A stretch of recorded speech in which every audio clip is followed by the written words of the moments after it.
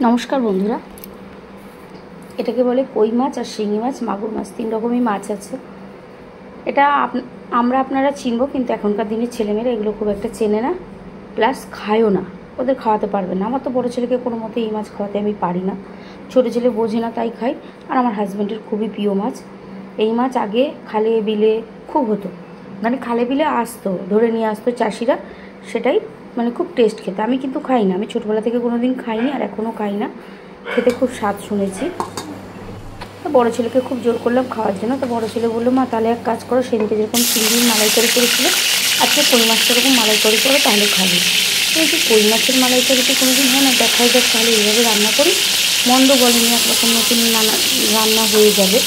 আর আমাদের কই মাছটা আমরা তেল করি আর কি খাওয়া হয়, আর নাহলে কাঁচকলা পেঁপে আলু দিয়ে ঝোল খাওয়া হয়। যেটা জ্যান্ত মাছের নিয়ম, কাঁচকলা পেঁপে আলু দিয়ে ঝোল খাওয়া, সেরকমই খাওয়া হয়।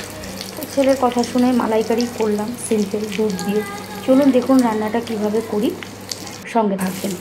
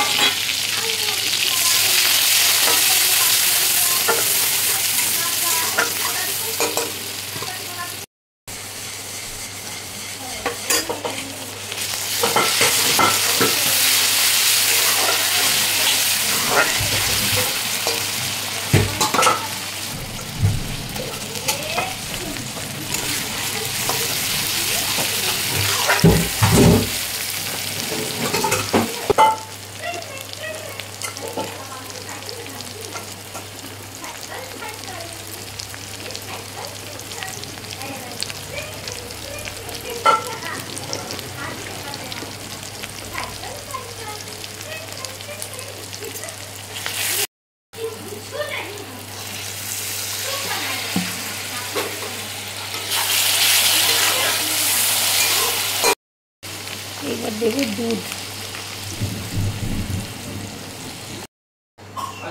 এই যে দুধ দিয়েছি, এবার দেবো একটু চিনি।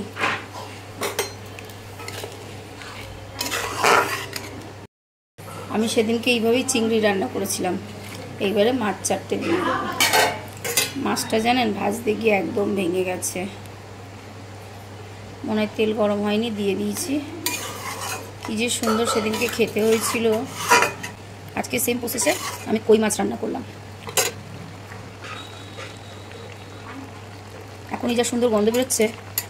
আমার রান্না কমপ্লিট, কই মাছের মালাইকারি। সত্যি বলছি খুব সুন্দর রান্না হয়েছিল, কেন জাস্ট আমি ঝোলটা একটু টেস্ট করেছিলাম। তা হাজব্যান্ডকে বললাম কি, খাওয়ার সময় একটু রিভিউ দিও। খাওয়ার সময় বাবু খেতে বসে এমন রিভিউ দিল, আমি হেসে পাগল। আর ভিডিওটা দিলাম না আপনাদের।